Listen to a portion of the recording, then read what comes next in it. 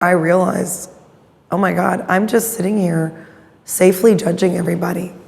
I'm just sitting here pointing fingers. I've put my mother through this incredibly intense experience, and I've maintained my power over her the whole time. And I've not wanted to let that go. Homosexuals say AIDS victims are being discriminated against. Our proposals to find and segregate those exposed to AIDS. My name is Cecilia Aldarondo. I'm the director of Memories of a Penitent Heart. The film is a personal documentary about my uncle Miguel, who died when I was very young in New York at the height of the AIDS crisis. He was only 31 and he was gay. And as I grew up, I heard a lot of stories about him. And it's essentially an examination of the conflict in my family around his death and my search for his partner who disappeared after he died. Hello? Hi, is this Robert? How are you? I'm good. I mean, I'm a little shocked. I've often wondered how long it would take someone to reach me. The film is really told in a lot of ways through the discovery of archival material, exploring the idea that things that get left behind can give us a signal what is missing. When he was dying, he had his arms spread out like he was crucified.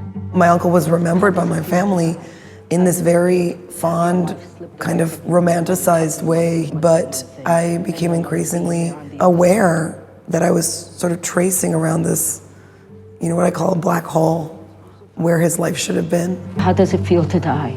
How does it feel to have your life slipped away from you and your mother telling you one thing, and your lover being there on the other side? There was a sort of selective memory that my family was engaging in, and I felt the need and compelled to not complete the picture, but to sort of round it out. They hated me. They really did. They hated me. When I say they hated me, I mean they hated me.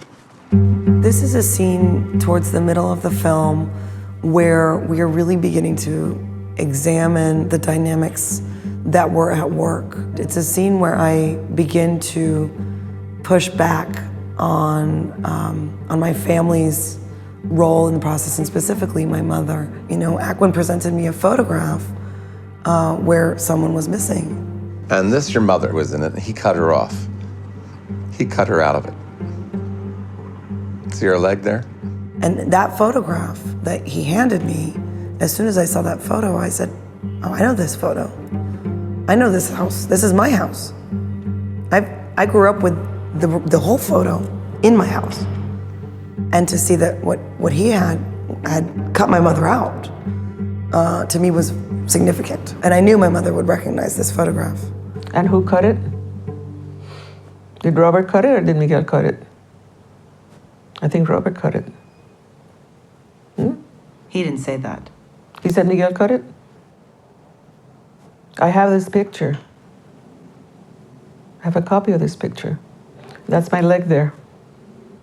Another thing that Akwin had was a letter that my uncle had written to my mother, in which he essentially says to her, you're not supporting me.